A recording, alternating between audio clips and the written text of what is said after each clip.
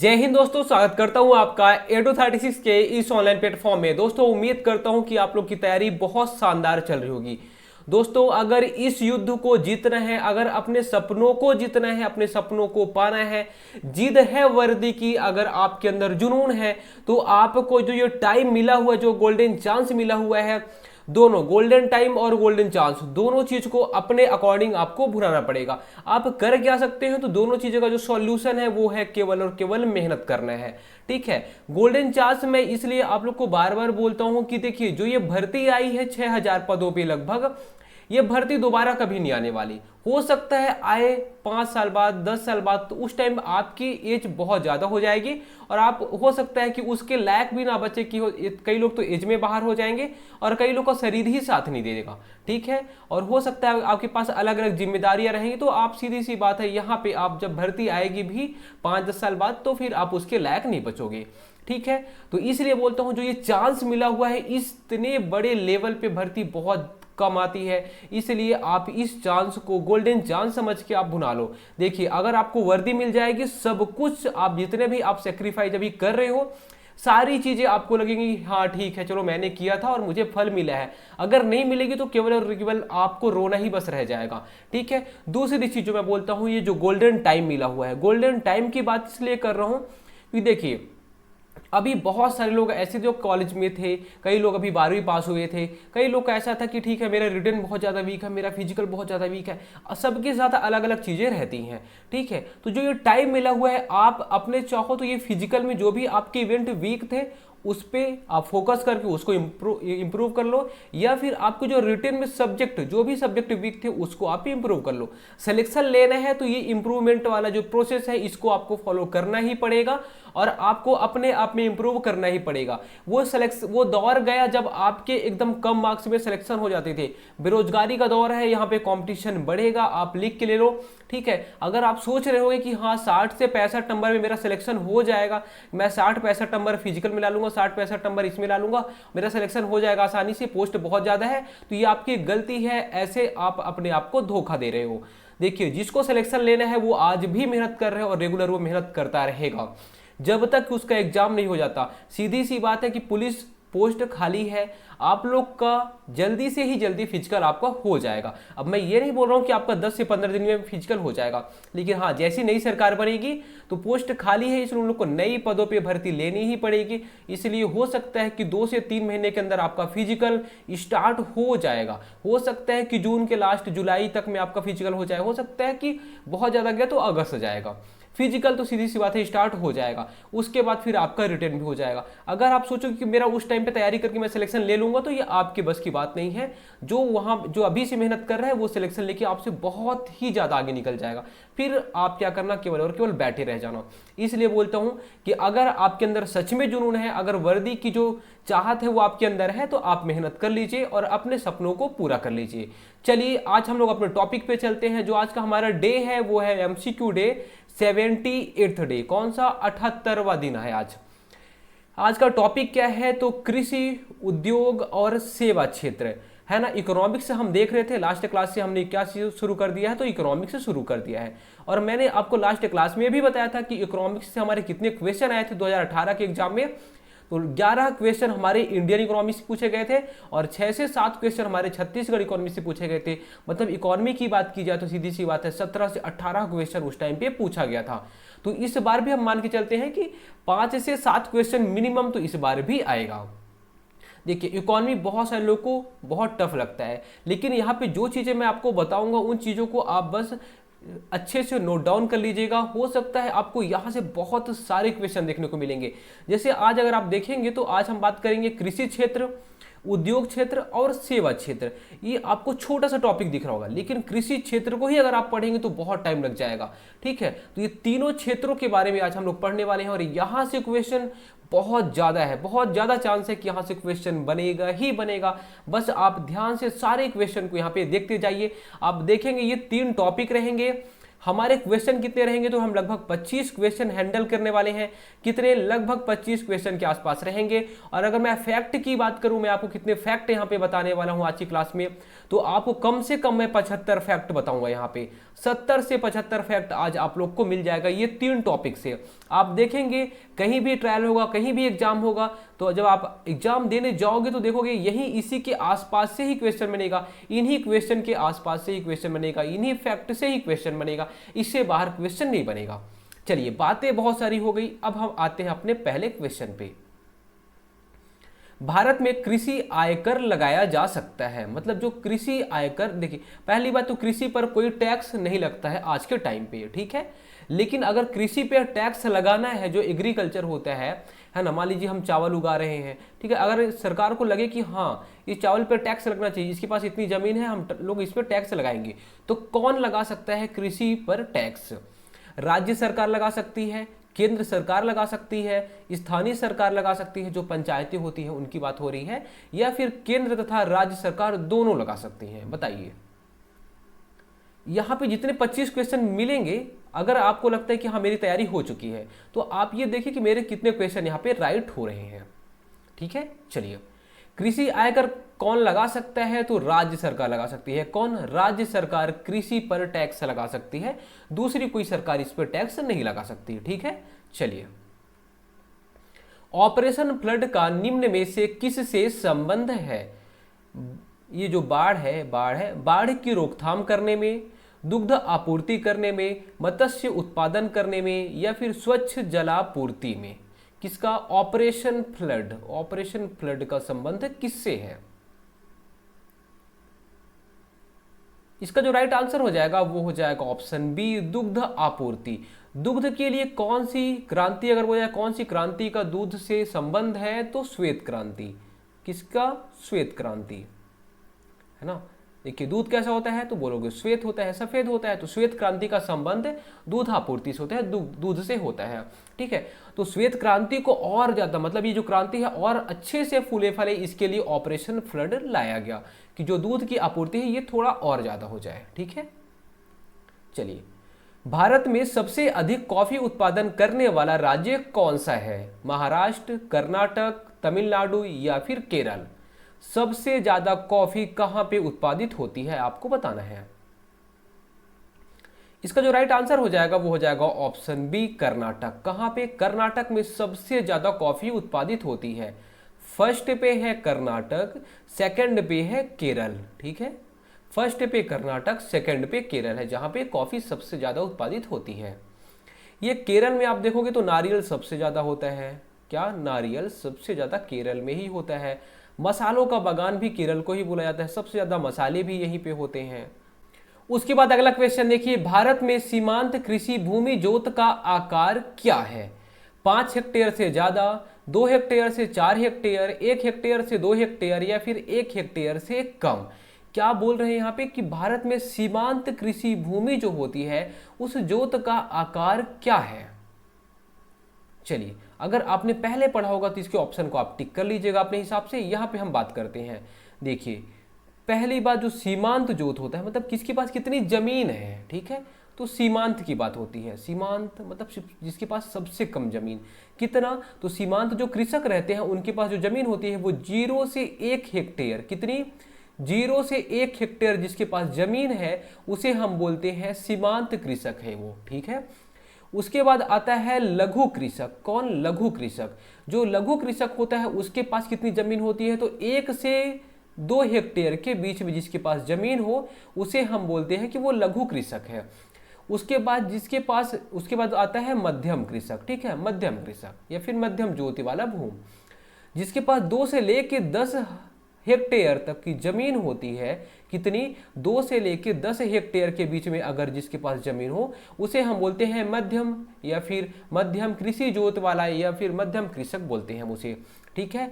सीमांत में 0 से 1 हेक्टेयर जिसके पास जमीन हो, लघु में 1 से 2 हेक्टेयर जमीन हो, मध्यम में 2 से 10 हेक्टेयर के बीच में जमीन हो, और उसके बाद जो अन्य कृषक होते हैं या फिर जो बड़े कृषक होते हैं, बृहद कृषक जिसे हम बोलते हैं, उन्हें हम क्या बोलते हैं? तो वो 10 हेक्टेयर से जिसके पास ज्यादा जमीन होती है, किसके पास?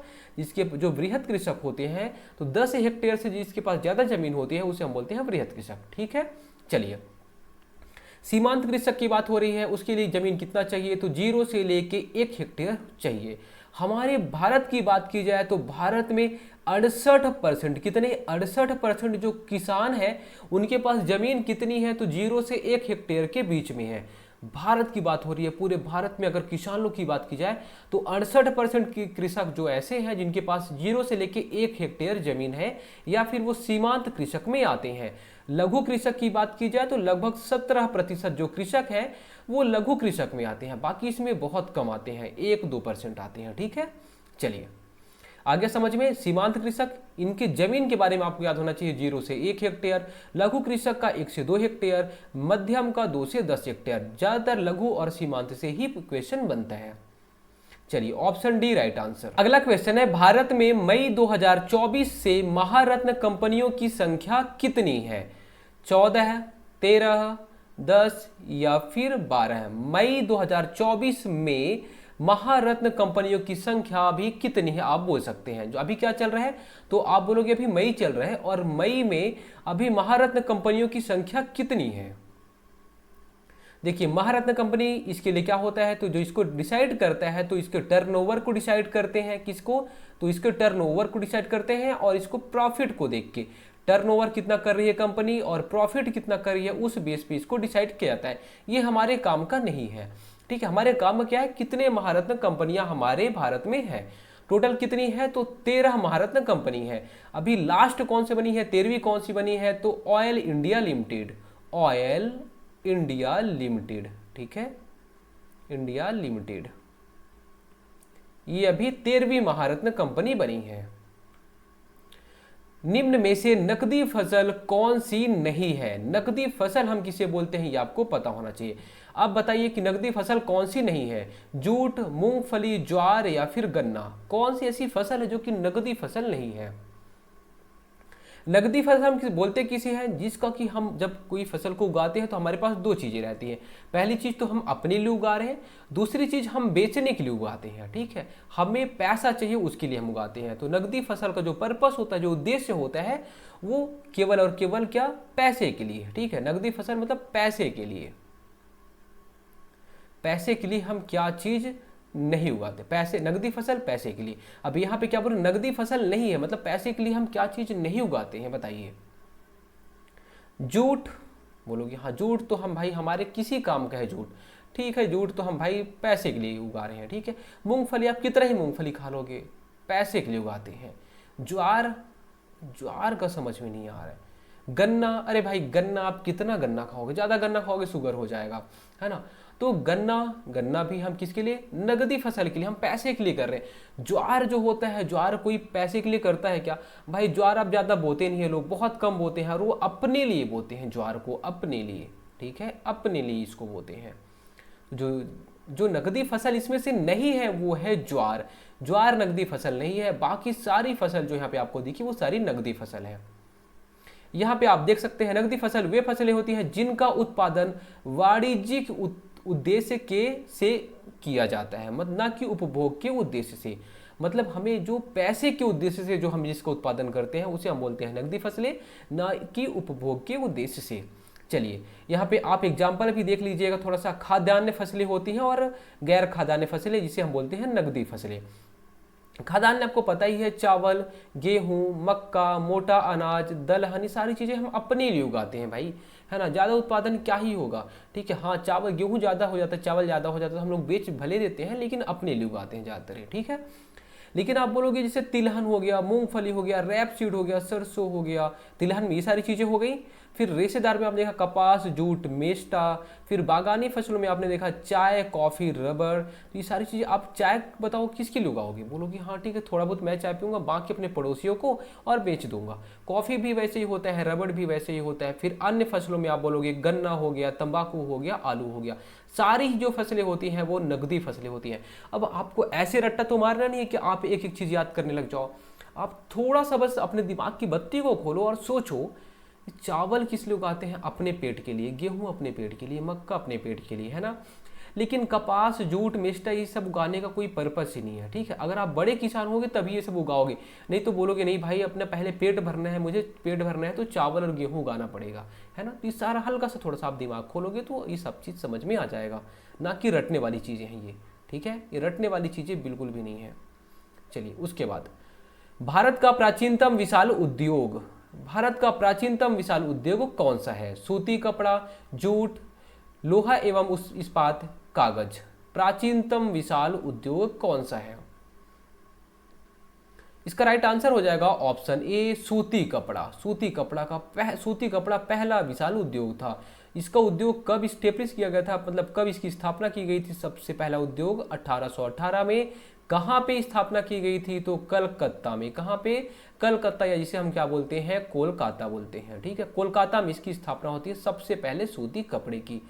अंग्रेज लोग उस टाइम पे थे, क्या करते थे, कपड़े यहाँ से सस्ते दाम वहाँ से लाते थे, वो जो आर्टिफिशियल कपड़े रहते हैं, और यहाँ से मस्त मस्त वाले जो हाथ से बने कपड़े रहते थे वो सब चीज़ को वो यहाँ से ले जाते थे, और वो उटपटांग जो फर्जी कपड़े रहते वो यहाँ पे बेचते थे आके। ठीक है, इसके नुकसान से हमारी जो इकोनॉमी है वो बहुत खराब हो गई थी, क्योंकि अंग्रेजों ने क्या किया, उद्योग इस्टेब्लिश कर लिए थे, और उद्योग में चीज़ें बनाना आसान हो जाता है, लेकिन हाँ, हाथ से जो चीज़ें बनी रहेगी उसका कोई कंपेरिजन नहीं होता है। ठीक है, चलिए, प्राचीनतम विशाल उद्योग क्या है? तो सूती कपड़ा। उसके बाद देखिए, राष्ट्रीय खाद्य सुरक्षा मिशन की शुरुआत किस वस्तु या फिर वस्तुओं के उत्पादन को बढ़ाने के लिए की गई थी? किसके बारे में बात हुई? राष्ट्रीय खाद्य सुरक्षा मिशन की शुरुआत किस वस्तु के उत्पादन को बढ़ाने के लिए की गई थी? सोचिए क्या हो सकता है, आपको नाम से समझ में आना चाहिए। क्या? राष्ट्रीय खाद्य सुरक्षा मिशन, मतलब सबको खाना मिले, सबको खाना मिले, खाद्य की सुरक्षा हो, सबको खाना मिले। किस वस्तु के उत्पादन के लिए? तो आप बोलोगे गेहूं से भी मुझे खाना मिलता है। यहाँ पे क्या है? तो यहाँ पे गेहूं है, ये यहाँ पे कुछ ना कुछ यहाँ पे टाइपिंग मिस्टेक हो गया है। हम यहाँ पे क्या मान सकते हैं? तो चलिए मैं यहाँ पे बोलता हूँ ये मक्का हो गया। ठीक है, मक्का हो गया।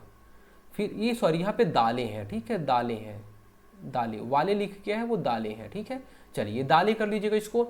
ये है चावल, या फिर इनमें से सभी। देखिए, आप बोलोगे मुझे गेहूं भी खाना रहता है, मतलब गेहूं का आटा, दालें भी खानी रहती है, चावल भी खाना रहता है, सब कुछ चाहिए, है ना? क्या बोल रहे हैं? तो इसका जो पर्पस होता है राष्ट्रीय खाद्य सुरक्षा मिशन का, इसका पर्पस रहता है कि हमें उत्पादकता को बढ़ाना है। ठीक है, अगर आज से अगर आप 40-50 साल पहले की बात करेंगे, तो अगर थोड़ा सा भी सूखा पड़ गया तो लोगों को खाना नसीब नहीं होता था। आज भी अगर आप बात करोगे तो भारत में बहुत सारे लोग ऐसे हैं जो कि भूखे पेट सोते हैं। हमें तो मिल जाते हैं, लेकिन बहुत सारे लोग ऐसे हैं। ग्लोबल हंगर इंडेक्स आप देखोगे तो भारत का 100वां रैंक के आसपास रहता है ना? इतनी गंदी कंडीशन आज के टाइम है। अगर आप सोचो 40-50 साल पहले क्या रही होगी, जब हरित क्रांति नहीं आई थी तो जो उत्पादन होता था वो बहुत कम होता था। चाहे गेहूं का हो, चाहे दाल का हो, चाहे चावल का हो, ये सारे उत्पादन नहीं होते थे, क्योंकि उस टाइम पे हमारे पास उर्वरक वाली चीज़ें नहीं रहती थी, ना तो हमारे पास मशीन रहते थे। हम लोग बैलगाड़ी से हल से जोतते थे, है ना? उर्वरक रहता नहीं था, तो कितनी होगी, बहुत कम फसल होती थी, मुश्किल से लोग अपना पेट भर पाते थे। चलिए, तो राष्ट्रीय खाद्य सुरक्षा मिशन का पर्पस क्या होता है? तो उत्पादकता को बढ़ाना इसका पर्पस होता है। सब कुछ, चाहे गेहूं हो, चाहे तिलहन हो, चाहे दालें हो, चाहे चावल हो, सब कुछ इसका पर्पस रहता है बढ़ाने के लिए। ठीक है, यह सभी।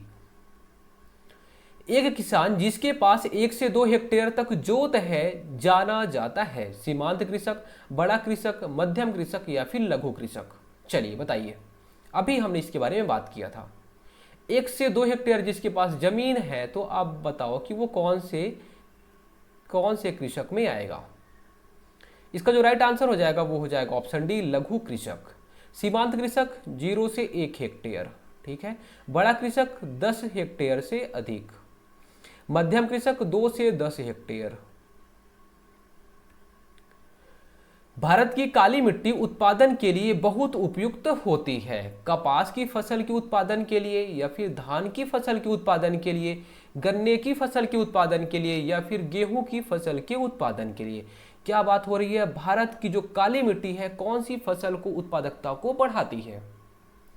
इसका जो राइट आंसर हो जाएगा वो हो जाएगा ऑप्शन ए, कपास की फसल के लिए। कपास की फसल के लिए क्या चाहिए? तो काली मिट्टी ही इसको चाहिए। सबसे ज्यादा कपास कहाँ पे होता है? काली मिट्टी सबसे ज्यादा कहाँ पे अगर बोला जाए तो महाराष्ट्र, आपको याद रखना है। कहाँ पे? महाराष्ट्र। ठीक है, महाराष्ट्र में। भारत में 8 कोर सेक्टर में किसे शामिल नहीं किया गया है? कोयला, उर्वरक, विद्युत, या फिर रसायन? 8 कोर सेक्टर में किसे शामिल नहीं किया गया है? चलिए आप यहाँ पे अपने हिसाब से आंसर यहाँ पे टिक कर लीजिएगा। कोर किसे बोलते हैं? तो बोलोगे जैसे हम फिजिकल की अभी तैयारी कर रहे हैं तो हमें ये पता है कि हमें अपने कोर को स्ट्रॉन्ग करना है। कई बार आपके अपने दोस्तों ने बोला होगा कि भाई तू अपना कोर स्ट्रॉन्ग कर ले, तेरा 100 मीटर भी अच्छा हो जाएगा, हाई जंप भी अच्छा हो जाएगा और लॉन्ग जंप भी अच्छा हो जाएगा अगर तू कोर अपना स्ट्रॉन्ग कर लेगा। तो जो एप्स वाला पोर्शन है उसे हम बोलते हैं कोर। ठीक है, ये सब स्ट्रॉन्ग कराया जाता है। अगर आप अच्छे कोच के पास जाओगे तो कोच बोलेगा कि हाँ इसको पहले स्ट्रॉन्ग करो। ठीक है, चलिए जैसे हमारी बॉडी को स्ट्रॉन्ग करने के लिए क्या चाहिए था, तो हमें कोर को स्ट्रॉन्ग करना था। सीधी सी बात है, हमें 100 मीटर अच्छा करना है, हाई जंप अच्छा करना है, लॉन्ग जंप अच्छा करना है, कोर मजबूती प्रदान करेगा। ठीक है, सेम ऐसे अब हम अर्थव्यवस्था के बारे में बात कर रहे हैं तो अर्थव्यवस्था के भी कोर सेक्टर होते हैं, मतलब जो हमारे अर्थव्यवस्था को मजबूती प्रदान करते हैं। आप बोलोगे सर ये मैं समझा नहीं, आप ये बताइए कि हम छत्तीसगढ़ के परिप्रेक्ष्य में लेते हैं। छत्तीसगढ़ की अगर बोला जाए कि कौन सा ऐसा क्षेत्र है जो कि छत्तीसगढ़ की अर्थव्यवस्था को मजबूती प्रदान कर रहा है, तो आप बोलोगे कि देखो सर हमारा ये छत्तीसगढ़ हो गया। छत्तीसगढ़ के यहाँ पे नॉर्थ वाले एरिया में कोयला होता है और कोयले से यहीं पे बिजली बनती है, और ये वाला जो एरिया है यहाँ पे चूना पत्थर होता है तो यहाँ सीमेंट हो गया, और लास्ट में यहाँ पे क्या होता है स्टील का उत्पादन। 4 चीजें ऐसी हैं अगर हमारे छत्तीसगढ़ में अच्छे से हो गई तो मतलब यहाँ पे इसका प्रोडक्शन होता है और ये हमारी इकोनॉमी को स्ट्रॉन्ग करते हैं। आगे समझ में, हमारे छत्तीसगढ़ के लिए क्या चाहिए 4 चीजें, तो आप बोलोगे कि पहला तो कोयला चाहिए, कोयला हमारे छत्तीसगढ़ की इकोनॉमी को स्ट्रॉन्ग करता है। सेम ऐसे ही विद्युत स्ट्रॉन्ग करता है, हम विद्युत उत्पादन करते हैं और अलग अलग स्टेट को भेजते हैं। फिर जो थर्ड है वो क्या था, सीमेंट। चूना पत्थर से क्या बनता है, सीमेंट बनता है, और ये सीमेंट हमारी इकोनॉमी को स्ट्रॉन्ग करता है, हमारे छत्तीसगढ़ की इकोनॉमी को इंटरेस्ट करता है, नहीं सॉरी स्ट्रॉन्ग करता है ना, चलिए स्ट्रेंथ प्रदान करता है। चलिए और जो लास्ट है, ये लास्ट क्या है, तो आपने बोला क्या, स्टील। स्टील को क्या बोलते हैं, तो स्टील को हम बोलते हैं इस्पात, स्टील से ही इस्पात बनता है। चलिए आगे समझ में, 4 तो हमारे छत्तीसगढ़ की इकोनॉमी को स्ट्रॉन्ग कर रहे हैं। ठीक है, ये जो 4 है हमारे छत्तीसगढ़ की इकोनॉमी के लिए क्या है, कोर सेक्टर है। हमारे इंडियन इकोनॉमी के लिए तो इंडियन, हमारे छत्तीसगढ़ भी तो इंडिया में आते हैं और यही चीज़ हमारे इंडिया में भी हर जगह पे है। 4 तो मैंने आपको छत्तीसगढ़ से याद करा दिया, 4 ही और बचे हैं। अब चलिए 4 के नाम याद कर लीजिए। पहला चीज़ आप याद कर लीजिए कि ये कच्चा तेल हम लोग जो बाहर से इंपोर्ट करते हैं, ये कच्चा तेल हमारे इकोनॉमी के लिए बहुत ज़्यादा जरूरी है। ठीक है, कच्चा तेल ट्रांसपोर्ट में भी काम आता है। ये कच्चा तेल से बन क्या जाता है, तो बोलोगे कच्चा तेल से रिफाइनरी प्रोडक्ट बनता है ना, पेट्रोलियम रिफाइनरी प्रोडक्ट बनता है, पेट्रोलियम रिफाइनरी प्रोडक्ट बनता है, उत्पाद बनता है। ये 8 कोर सेक्टर आपको याद होने चाहिए क्योंकि हमारे एग्जाम में ये क्वेश्चन बन सकता है कि कौन सा है कौन सा नहीं है। 4 आपने यहां से याद कर लिए। चलिए मैंने बोला कि हाँ हमने सऊदी अरब से तेल मंगाया, कच्चा तेल मंगा लिया। अब उसके बाद वो जब तेल आता है तो क्या तेल हम लोग यूज करते हैं, तो बोलोगे कच्चा तेल आता है सर कैसे यूज करेंगे। तभी तो जो रिलायंस वाली कंपनी है जो गुजरात जामनगर में जो फैक्ट्री है वो क्या करती है, तो रिफाइन करती है कच्चे तेल को। तो पेट्रोलियम रिफाइनरी उत्पाद हो गया। इसमें क्या बनता है, तो बोलोगे मोमबत्ती भी बनता है, डीजल वगैरह भी बनता है, झिल्ली भी बनता है, प्लास्टिक बनता है, सब कुछ इसी से बनता है, पेट्रोलियम रिफाइनरी उत्पाद से। उसके बाद जो है तो इसी से तो प्राकृतिक गैस बनता है ना। तो आपने सऊदी अरब से 3 चीजें, अगर एक चीज मंगाया तो 3 उत्पाद यहां से बन गए। और बताओ कि हमारे भारत, जो हमारा भारत है, हमारे भारत में लोग कैसे, हम बोलो तो बोलोगे कि जो लोग हैं वो सब कैसे हैं, कृषक लोग हैं। कृषक है तो उनको चाहिए क्या, तो बोलोगे उर्वरक अच्छा चाहिए। ये है जो 8वां कोर सेक्टर, ये उर्वरक हो गया। चलिए ध्यान से सुनिएगा क्या क्या चीज मैंने बताया कि 8 कोर सेक्टर हैं, कोयला, विद्युत, सीमेंट और स्टील। ये तो 4 हमारे छत्तीसगढ़ में हो गए। ठीक है, अब उसके बाद कच्चा तेल, पेट्रोलियम रिफाइनरी उत्पाद और प्राकृतिक गैस। मैंने क्या किया, यूएई से मंगा लिया एक बार तेल और 3 चीजें यहां से बना ली। ठीक है, उसके बाद हमने यहाँ पे देखा क्या, भारत में या छत्तीसगढ़ में हर जगह कृषक लोग हैं। किसानों को चाहिए क्या, तो उर्वरक चाहिए, या जिसे हम क्या बोलते हैं, खाद चाहिए। ठीक है, तो 8 हो गए कोर सेक्टर। अगर ये सारी चीज़ें अच्छे से हैं तो हमारी अर्थव्यवस्था अच्छे जगह पे जाएगी। और अगर ये चीज़ें मान लीजिए उर्वरक नहीं मिल रहा है, खेती अच्छी होगी नहीं, है ना, सीमेंट का प्रोडक्शन नहीं हो रहा है, कोयला नहीं हो रहा है। बस सोचो अगर कि कोयला नहीं होगा तो क्या आपके यहाँ लाइट रहेगी, लाइट नहीं रहेगी तो आप आधे काम ही नहीं कर पाओगे। ठीक है, तो कोयले की ज़रूरत है, सीमेंट की ज़रूरत है, सीमेंट नहीं रहेगा तो आपका घर नहीं बनेगा, स्टील नहीं रहेगा तो आपके घर नहीं बनेंगे, विद्युत नहीं रहेगा मतलब पूरा का पूरा हर जगह अंधेरा ही अंधेरा छा जाएगा, मतलब कुछ भी काम नहीं होगा। ऐसे आप तेल की बात करोगे तो तेल नहीं रहेगा तो सोचो आप कहीं पे जा पाओगे क्या।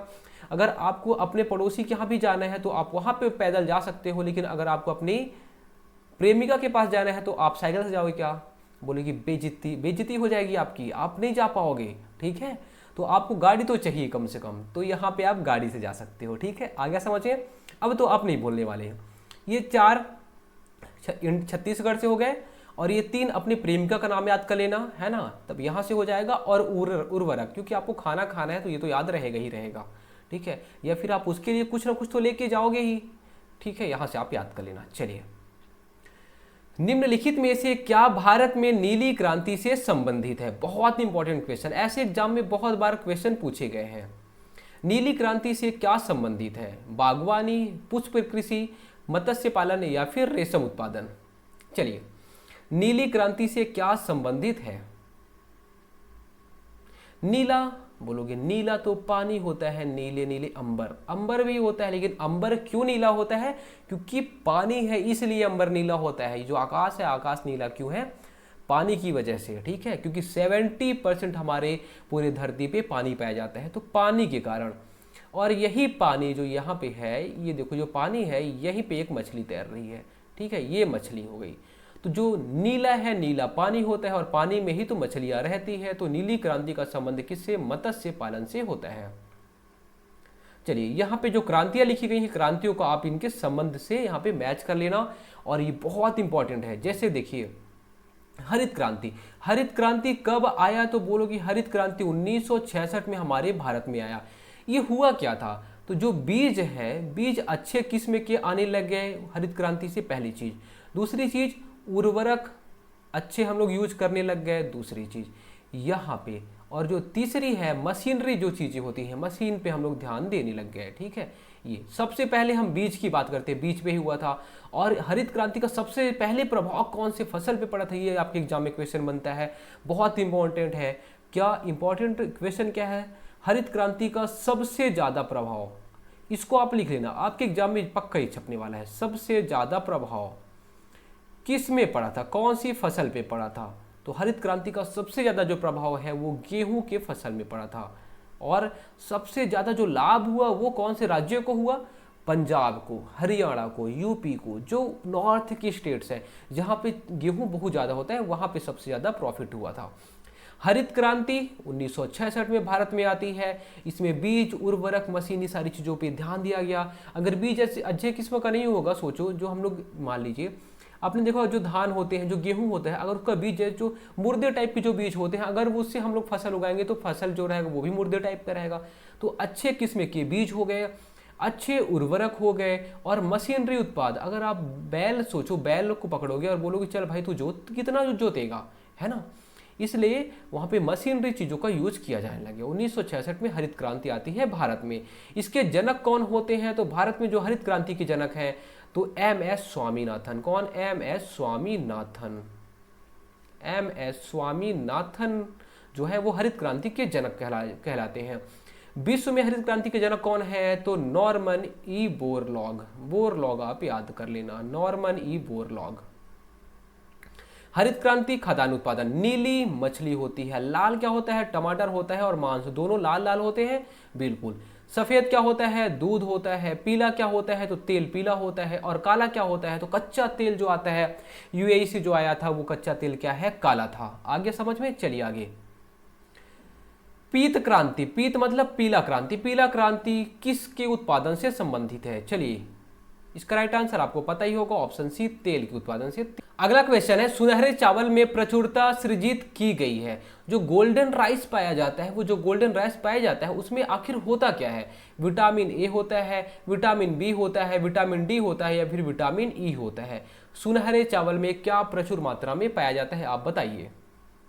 सुनहरा चावल गोल्डन राइस में क्या पाया जाता है? तो विटामिन ए की मात्रा बहुत ज़्यादा होती है, ठीक है।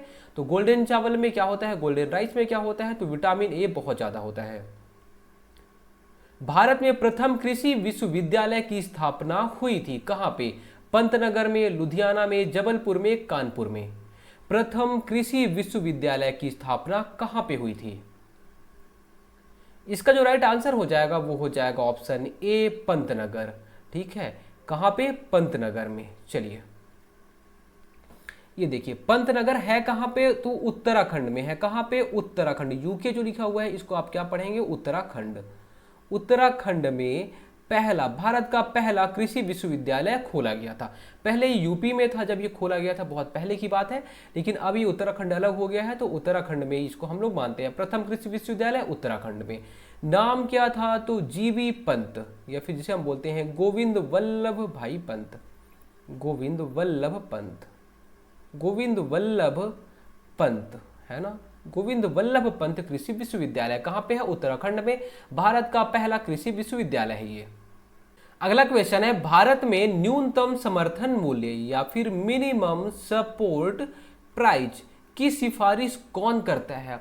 बोलता है भाई गेहूं के लिए कम से कम इतना तो किसानों को दो, 1 क्विंटल गेहूं का कीमत इतना दे दो, 1 क्विंटल चावल का कीमत इतना दे दो, 1 क्विंटल दाल का कीमत इतना दे दो। आखिर सिफारिश कौन करता है?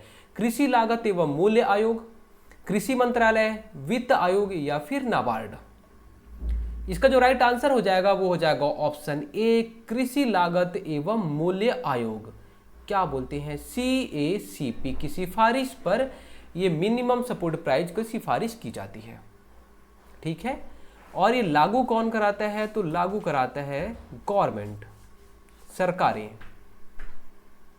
देखिए यहां पे अगर बोल देता कि लागू कौन करता है, जो ये मिनिमम सपोर्ट प्राइस है इसको लागू कौन करता है, तो सरकारें लागू करेंगी, ठीक है। सिफारिश कौन करेगा? बोलेगा भाई प्लीज इतना कर दो, उसके बारे में कौन बताता है? तो CACP या फिर कृषि लागत एवं मूल्य आयोग बताता है कि भाई इतना इसका प्राइस कर दीजिए। सरकार पे डिपेंड करता है, सरकार करे या ना करे। आ गया समझ में? चलिए, मेक इन इंडिया कार्यक्रम का लोगो क्या है? शेर, हाथी, चीता, कंगारू? बोलोगे मेक इन इंडिया क्या? कि भारत में ही हर चीज़ों को बनाओ, इससे रोजगार भी मिलेगा लोगों को, ठीक है, टेक्नोलॉजी डेवलप होगी, बहुत सारी चीज़ें। यहाँ पे प्रॉफिट किसने बताया था? नरेंद्र मोदी जी ने बताया था। लेकिन आजकल मेक इन इंडिया का कोई नामो निशान नहीं है। चलिए, इसके लोगों में क्या है? तो बोलोगे शेर बना हुआ है। क्या शेर बना हुआ है? आपने बहुत सारी जगह देखा होगा। भारत की राष्ट्रीय अर्थव्यवस्था का सबसे बड़ा स्रोत है सेवा क्षेत्र, औद्योगिक क्षेत्र, कृषि क्षेत्र, या फिर व्यापार क्षेत्र? भारत की राष्ट्रीय अर्थव्यवस्था का सबसे बड़ा स्रोत क्या है? मतलब क्या कि अगर हमारी इकोनॉमी में 100 रुपए आता है तो सबसे ज्यादा कौन से क्षेत्र से आता है? तो बोलोगे कि देखो हमारी इकोनॉमी में 3 सेक्टर होते हैं, 3 क्षेत्र होते हैं, ठीक है। भारतीय अर्थव्यवस्था कितने क्षेत्रक? तो बोलोगे 3 क्षेत्रक। कौन कौन से? एक होता है प्राथमिक या फिर हम इसे बोलते हैं कृषि क्षेत्रक, दूसरा होता है उद्योग क्षेत्रक, और जो तीसरा होता है वो सेवा क्षेत्रक होता है। कृषि क्षेत्रक में क्या होता है? तो इसमें जो हमें नेचर देती है ना, जैसे कि हो गया यहाँ पे, हम यहाँ पे बहुत सारे एग्जांपल ले सकते हैं, जैसे कि वानिकी हो गया, मतलब हम अगर लकड़ी काट रहे हो, लकड़ी भी तो हमें कहीं ना कहीं नेचर ने दिया। हम कोई फसल उगाते हैं तो हमें कहीं ना कहीं नेचर ने दिया है। जो खनन उत्खनन होता है, अगर हमने कोयला खोदा तो वो भी कहीं ना कहीं नेचर ने दिया। तो जो ये कृषि वाला क्षेत्र है, ये जो हमें प्रकृति देता है, क्या? प्रकृति जो हमें देता है। उद्योग वाले, जो प्रकृति ने दे दिया इसका हम यूज करके जो बनाते हैं वो उद्योग में बनाते हैं, तो उद्योग वाले क्षेत्रक हो जाते हैं। सेवा क्षेत्रक, सेवा क्षेत्रक अलग होता है। हम जो हमारे पास टैलेंट है, जैसे मैंने क्या किया, एक होटल खोल लिया, ठीक है, होटल खोल लिया, ये मेरा एक टैलेंट है, मैं बना के लोगों को खिला रहा हूँ, एक सेवा दे रहा हूँ, ठीक है, ये हो गया। अगर आपने बोला कि ठीक है मुझे बाइक अच्छे से आती है, मैं जोमेटो में काम कर लूँगा, ये आप एक सेवा वाला काम कर लिए, ठीक है। इसके अलावा जैसे शिक्षा वाला क्षेत्र हो गया, शिक्षा क्या है, सेवा क्षेत्र में आता है। ठीक है, मैं क्या कर रहा हूँ, आप लोग को पढ़ा रहा हूँ, आपके बदले अगर मैं इसके बदले अगर मैं कुछ चार्ज करता हूँ तो क्या क्या आएगा, ये किस में आएगा, तो ये सेवा क्षेत्रक में आएगा। ठीक है, ऐसे बहुत सारी चीज़ें होती हैं जो कि सेवा क्षेत्रक में ही आती हैं। ठीक है, तो होटल हो गया, ये जो भी चीज़ें जैसे कि व्यापार हो गया, परिवहन जो होता है, जो आप ट्रांसपोर्ट करते हैं, तो परिवहन जो होते हैं वो भी इसी में आता है। बहुत सारी चीज़ें सेवा क्षेत्रक में आती हैं। सबसे बड़ा स्रोत कहाँ से, मतलब सबसे ज़्यादा पैसा कहाँ से आता है, तो बोलोगे आप सेवा क्षेत्र से आता है। सबसे ज़्यादा पैसा कहाँ से आता है, तो सेवा क्षेत्र से सबसे ज़्यादा पैसा आता है। ठीक है, हमारे इकोनॉमी, हमारे अर्थव्यवस्था में सबसे ज़्यादा पैसा कहाँ से आता है, तो सेवा क्षेत्र से आता है। 50 से 55%, मतलब आप बोल सकते हो कि अगर 100 रुपये हमें हमारी अर्थव्यवस्था में आया है तो 50 से 55% जो पैसा रहता है वो लगभग सेवा क्षेत्र से आता है। कृषि से, तो कृषि से इसका जो परसेंटेज रहता है तो 17-18% के आसपास है ना, 17 से 18% के आसपास कृषि से रुपये मिलते हैं। मान लीजिए कि 100 रुपये मिला तो 55 रुपये आप ये मान के चलिए कि सेवा से मिल गया 50 से 55 रुपये, है ना। कृषि से 17 से 18 रुपये मिल गया, बाकी जो मिला 20-25 रुपये वो उद्योग से मिलता है। आगे समझिए, तो सबसे बड़ा स्रोत क्या हो गया, तो बोलोगे सेवा क्षेत्रक। यहाँ पे क्वेश्चन आपसे घुमा सकता है। ठीक है, क्या क्वेश्चन पूछ सकता है कि सबसे कम लोग किस में लगे हुए हैं। देखो, सबसे कम लोग सेवा क्षेत्रक में लगे हुए हैं। होटल बहुत लोग तो खोलते नहीं, कम लोग खोलते हैं। ठीक है, यहाँ पे जैसे शिक्षा के क्षेत्र में आप बोलोगे हाँ, शिक्षा में जो स्कूल खुली हुई हैं कम ही है। व्यापार में व्यापार कम ही लोग कर रहे हैं। परिवहन जो होता है, परिवहन में भी कम ही लोग हैं। ठीक है, सारी चीज़ें अभी डेवलप हो रही हैं। अभी हमारी जैसे कंट्री जो है वो विकासशील देशों में आती है तो ये सारी चीज़ें डेवलप हो रही हैं। ठीक है, तो इसमें कम लोग लगे हैं लेकिन इसमें पैसा हमारी इकोनॉमी में सबसे ज़्यादा आ रहा है। लेकिन अगर आप बात करोगे कृषि में, तो कृषि में हमारे यहाँ से लगभग 50 से 55% लोग लगे हुए हैं। हमारे भारत के अगर मान लीजिए 100 लोग हैं तो 50 लोग तो लगभग कृषि में लगे हुए हैं, लेकिन आता कितना है, तो 100 रुपया में केवल 17-18 रुपया आ रहा है। मतलब इसमें लोग ज़्यादा लगे हुए हैं, सबसे ज़्यादा लोग कृषि में लगे हुए हैं लेकिन सबसे कम पैसा कृषि में आ रहा है। ठीक है, कहीं ना कहीं ये घाटे का सौदा है। विश्व में हरित क्रांति के जनक हैं कौन है, Norman E Borlaug, MS Swaminathan, GS बुरा या फिर BP पाल। विश्व में हरित क्रांति के जनक, हरित क्रांति हमने किसको बोला, उर्वरक नहीं होनी चाहिए। बीज के बारे में, बीज का क्या आ गया, बीज को जो क्वालिटी होता है उसको इंक्रीज किया गया, मशीनरी चीजें बढ़ाई गई, है ना। तो हरित क्रांति के जनक कौन विश्व में, Norman E Borlaug. MS Swaminathan Bharat में जनक होते हैं। किसके, भारत में जो जनक होते हैं वो कौन होता है हरित क्रांति के जनक, MS स्वामीनाथन। अगला क्वेश्चन है, नेपानगर जिस उद्योग के लिए जाना जाता है वह है सीमेंट, उर्वरक, हथकरघा या फिर अखबारी कागज। नेपानगर में कौन सा उद्योग है, आप ये बताइए। इसका राइट आंसर ऑप्शन डी, अखबारी कागज। नेपानगर कहाँ पे है, तो बोलोगे होशंगाबाद MP। कहाँ पे, मध्य प्रदेश राज्य में है, वहाँ पे होशंगाबाद जिला है। होशंगाबाद जिले में अखबारी कागज के लिए बहुत ज़्यादा फेमस है, एक जगह है जिसका नाम है नेपानगर। राउरकेला इस्पात संयंत्र की स्थापना कब हुई थी, किसके सहयोग से, है ना, किसके सहयोग से हुई थी राउरकेला इस्पात संयंत्र की स्थापना। यूनाइटेड किंगडम के सहयोग से, रूस के सहयोग से, संयुक्त राज्य अमेरिका के सहयोग से या फिर जर्मनी के सहयोग से। राउरकेला इस्पात संयंत्र की स्थापना किसके सहयोग से हुई थी। इसका जो राइट आंसर हो जाएगा वो हो जाएगा ऑप्शन डी, जर्मनी के सहयोग से। अब आप बोलोगे इसे हम कैसे याद करें सर, समझ नहीं आता।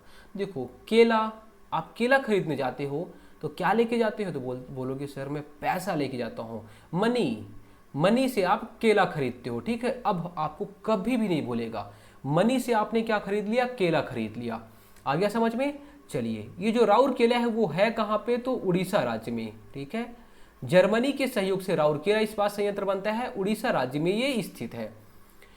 रूस के सहयोग से क्या बनता है, तो रूस के सहयोग से हमारे यहाँ BSP भिलाई स्टील प्लांट बनता है। क्या, भिलाई स्टील प्लांट बनता है।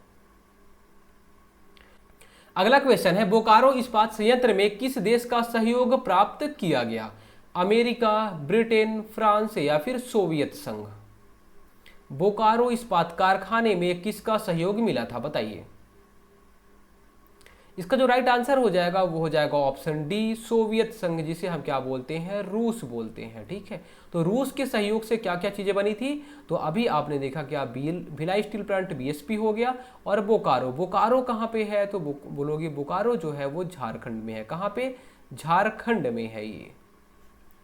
राउरकेला कहाँ पे है, तो राउरकेला भी मैंने आपको बताया कहाँ पे है राउरकेला, तो ये है उड़ीसा में। उड़ीसा में किसके सहयोग से, तो जर्मनी के सहयोग से। भिलाई स्टील प्लांट रूस के सहयोग से हमारे छत्तीसगढ़ में है ये। और इसके अलावा एक है दुर्गापुर, क्या, दुर्गापुर संयंत्र है ना, दुर्गापुर जो जगह है यहाँ पे क्या है, तो यहाँ पे भी संयंत्र है ये। और ये कौन से देश के सहयोग से बना है, तो ये यूनाइटेड किंगडम के सहयोग से बना है। किसके, यूनाइटेड किंगडम, यूके जिसे बोलते हैं, क्या, यूके। यूके को हम और क्या बोलते हैं, तो हम इसे बोलते हैं ब्रिटेन। यूके को हम क्या बोलते हैं, ब्रिटेन के सहयोग से। ब्रिटेन के सहयोग से क्या बना है, दुर्गापुर। है कहाँ पे ये, तो पश्चिम बंगाल में है। कहाँ पे, पश्चिम बंगाल में। देखिए चार चीजें, चारों बहुत इंपॉर्टेंट है। एग्जाम में क्वेश्चन कुछ भी छप सकता है, चारों चीजें आपको पता होनी चाहिए। और यहां से बहुत बार क्वेश्चन बन चुका है। राउरकेला जर्मनी के सहयोग से उड़ीसा में है। दुर्गापुर, देखिए आप याद कैसे करोगे, दुर्गा है ना, माँ दुर्गा, माँ दुर्गा आप कृपा करें। यू मतलब क्या होता है, आप, तुम, आप कैसे कृपा, तो आप बोलिए कि माँ दुर्गा, यू मतलब आप, और के मतलब कृपा करिए। ठीक है, आप कृपा करिए, तो माँ दुर्गा आप कृपा करिए, यूके आप कृपा करिए। ठीक है, ब्रिटेन आप याद कर लीजिएगा, यूके को ही हम क्या बोलते हैं, तो ब्रिटेन बोलते हैं। पश्चिम बंगाल में है। पश्चिम बंगाल में माँ दुर्गा की पूजा भी बहुत अच्छे से होती है, ये भी आपको पता ही होगा। चलिए आगे। भारत में चीनी का सबसे बड़ा उत्पादक कौन सा राज्य है, बिहार, कर्नाटक, महाराष्ट्र या फिर उत्तर प्रदेश। चीनी सबसे ज्यादा कहां पे उत्पादित होती है, बताइए। इसका जो राइट आंसर होता है वो है ऑप्शन डी, उत्तर प्रदेश। उत्तर प्रदेश में सबसे ज्यादा चीनी उत्पादित होती है। उसके बाद सेकंड नंबर पे कौन आएगा, तो महाराष्ट्र आएगा। सेकंड पे महाराष्ट्र। सबसे ज्यादा कहां पे, यूपी में होता है।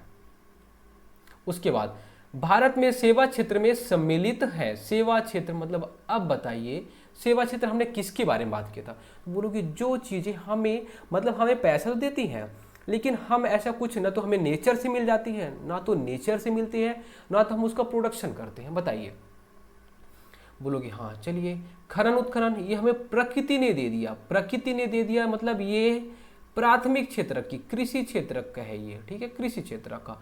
परिवहन एवं संचार, परिवहन, देखो गाड़ी तो बनी बनाई आती है, हम क्या गाड़ी खरीद लिए और बुकिंग में चलाना चालू कर दिए। हम लोगों को सेवा दे रहे हैं, क्या कर रहे हैं, हम लोगों को सेवा दे रहे हैं, यहाँ पे ये सेवा में आ जाता है। ठीक है, संचार जो होता है, जैसे आपको यहाँ पे जियो का रिचार्ज कर लिए, सब चीज़ जो संचार हमें, जो जैसे टीवी का रिचार्ज होता है वो हमें, ठीक है, सेवा दे रहे हैं। क्या दे रहे हैं, सेवा दे रहे हैं, उसके बदले हम क्या दे रहे हैं, उनको पैसा दे रहे हैं। होटल, होटल क्या, हम उनको पैसा देते हैं, बाकी वो हमें सेवा देते हैं। ठीक है, वानिकी एवं मत्स्य की, वानिकी, वन, वन क्या आप पैदा करते हो या फिर आप वहाँ पे कुछ प्रोडक्शन करते हो क्या, बोलोगे नहीं ऐसा कुछ नहीं होता है, ये हमें प्रकृति देती है। कृषि क्षेत्र का है ये। ठीक है, तो ये वाला और ये वाला, ये दोनों सेवा क्षेत्र के आते हैं। तो 2 और 3, ऑप्शन 2 और 3, ऑप्शन बी। देखिए यहाँ पे प्राथमिक क्षेत्र, द्वितीय क्षेत्र एवं तृतीय क्षेत्र के यहाँ पे एग्जाम्पल दिए गए हैं, इसको आप डाउनलोड कर लेना, उसके बाद ये सारी चीज़ों को अच्छे से पढ़ लेना। ठीक है, बहुत इंपॉर्टेंट है।